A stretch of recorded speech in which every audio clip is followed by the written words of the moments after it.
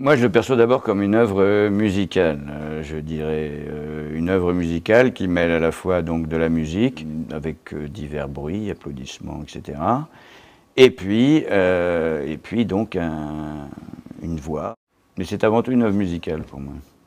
C'est totalement nouveau, non seulement ce type de répertoire, mais ce type de choses, qui est une chose que je ne connaissais pas, je n'avais jamais pratiqué. Et j'ai toujours eu envie de faire ça, de savoir ce que ça faisait que d'être soit acteur ou récitant avec sa voix et d'avoir un orchestre autour de soi. Voilà.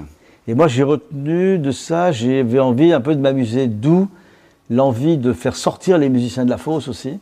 Ils peuvent être aussi en état de, pas de rébellion, mais c'est aussi des membres actifs du rouage de la grande machine. Moi, ça me fait penser beaucoup au temps moderne aussi de Chaplin. C'est pour ça qu'on a inventé, que Vincent a inventé ces espèces de coléoptères, ces espèces de gros insectes qui nous ramènent plus dans les années 70 de Kagel, de la science-fiction de cette époque-là.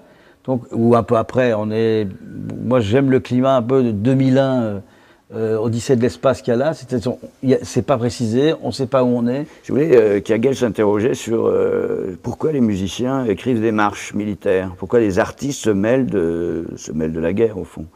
Et donc c'est un peu, ce sont des marches ratées d'ailleurs, ça s'appelle 10 marches pour rater la victoire. Donc c'est une tentative de faire des marches il y a plusieurs marches qui succèdent et aucune ne réussit. Mais ce que j'ai aimé, c'est le mélange entre les marches, les bribes d'un discours politique qui peuvent convenir à de multiples hommes politiques et une sorte de présence de la nation qui croise donc les marches militaires. Donc ça s'appelle pièce radiophonique. Donc c'est vrai qu'apparemment, c'est pas destiné ou au théâtre ou à l'opéra. Donc l'objet, c'est quand même un objet, c'est plutôt un otni. C'est une sorte d'objet théâtral non identifié quand même. Comme il fait les tentatives de marche, c'est une tentative de discours politique, dans lequel il essaye de mettre tout et son contraire. Et en fait, oui, voilà, c'est une... je dirais pas que c'est une caricature de discours politique, c'est du discours politique qui est... alors ça fait référence, oui, ça peut faire référence à... Disons que ça fait plutôt référence à certains petits dictateurs, ou grands dictateurs. Voilà. Alors, mon actualité, oui, j'ai un film qui est sorti hier, ça s'appelle Humain. Par contre, l'erreur qu'on fait, c'est de présenter ça comme un film gore. C'est pas un film gore, c'est un film d'aventure, un petit peu fantastique. Je dirais pas de science-fiction, ou alors c'est de la science-fiction, mais dans le passé. Disons que, voilà, pour pas dévoiler, c'est la rencontre un peu du présent et d'un passé très très lointain. Voilà. Et puis sinon, dans quelques jours, nous aurons donc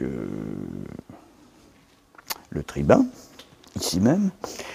Et puis sinon, après, je dois retourner, puisque je tournais avec lui et Claude Lelouch au mois de juin.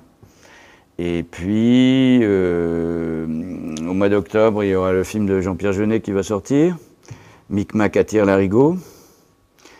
Et en même temps, j'aurai la tournée avec Charles Berling de fin de partie de Beckett, qu'on va jouer, je ne sais pas où, mais en octobre, novembre, décembre, un peu partout en France. Voilà. Nancy, les bergamotes de Nancy, parce que c'est la boîte de bergamotes qu'on voit dans Amélie Poulain, parce que monsieur Jean-Pierre Jeunet est de Nancy, n'est-ce pas, comme tout le monde sait. Et puis Nancy, la place Stanislas, évidemment. Et puis Nancy, pour moi, c'est un peu les Vosges aussi, c'est un peu la montagne, comme j'aime bien la montagne. Et l'opéra de Nancy, quand même.